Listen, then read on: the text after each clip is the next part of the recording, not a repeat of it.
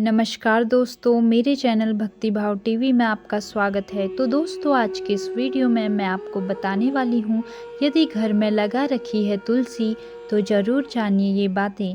प्राचीन काल से ही यह परंपरा चली आ रही है कि घर में तुलसी का पौधा होना चाहिए। शास्त्रों में तुलसी को पूजनीय, पवित्र और देवी स्वरूप माना गया है। इस कारण घर में तुलसी हो तो कुछ बातों का ध्यान रखना चाहिए। यदि ये बातें ध्यान रखी जाती हैं तो सभी देवी देवताओं की विशेष कृपा हमारे घर पर बनी रहती है। घर में सकारात्मक और सुखद वातावरण बना रहता है, पैसों की कमी नहीं आती है और परिवार के सदस्यों को स्वास्थ्य लाभ प्राप्त होता है। शास्त्रों के अनुसार बताई गई तुलसी के संबंध में 10 खास बातें।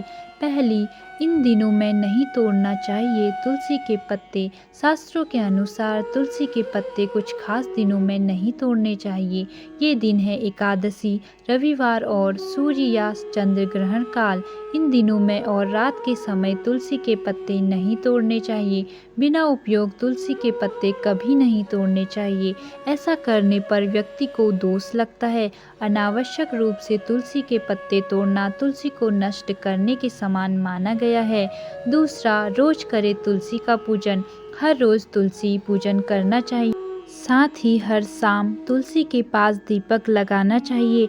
ऐसी मान्यता है कि जो लोग शाम के समय तुलसी के पास दीपक लगाते हैं, उनके घर में महालक्ष्मी की कृपा सदैव बनी रहती है। तीसरा, तुलसी से दूर होते हैं वास्तु दोष। तुलसी घर आंगन में होने से कई प्रकार के वास्तु दोष भी समाप्त हो जाते हैं और परिवार की आर्थिक स्थिति पर शुभ असर होता है। चौथा, तुलसी का पौधा घर में हो तो नहीं लगती है बुरी नज़र।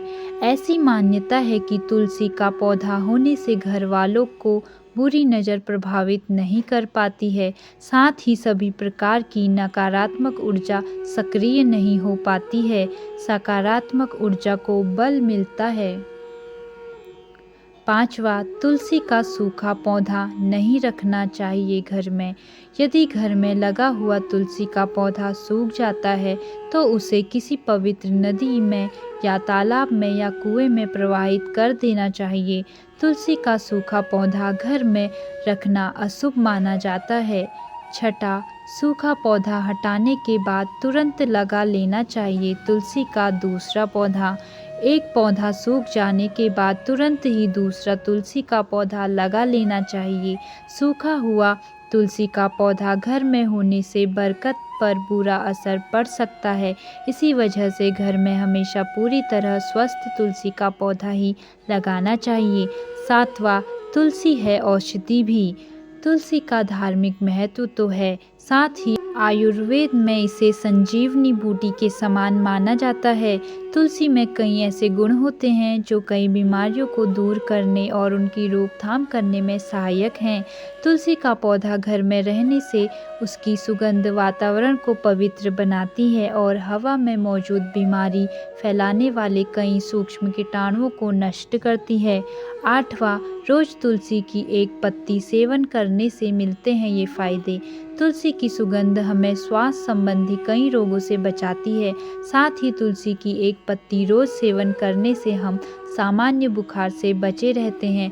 मौसम परिवर्तन के समय होने वाली स्वास्थ्य संबंधी परेशानियों से बचाव हो सकता है। तुलसी की पत्ती सेवन करने से हमारे शरीर की रोग प्रतिरोधक क्षमता काफ़ी बढ़ जाती है, लेकिन हमें नियमित रूप से तुलसी की पत्ती का सेवन करते रहना चाहिए। नवा, तुलसी के पत्ते चबाना नहीं चाहिए। तुलसी के पत्तों का सेवन करते समय ध्यान रखना चाहिए कि इन पत्तों को चबाएं नहीं बल्कि निगल लेना चाहिए। इस प्रकार तुलसी का सेवन करने से कई रोगों में लाभ प्राप्त होता है। तुलसी के पत्तों में पारा धातु के तत्व भी विद्यमान होते हैं जो कि पत्तों को चबाने से दांतों पर लग जाते हैं। ये तत्व दांतों के लिए फायदेमंद नहीं हैं, अतः तुलसी के पत्तों को बिना चबाए निगलना चाहिए। 10वां, शिवलिंग और गणेश पूजन में वर्जित है तुलसी के पत्ते।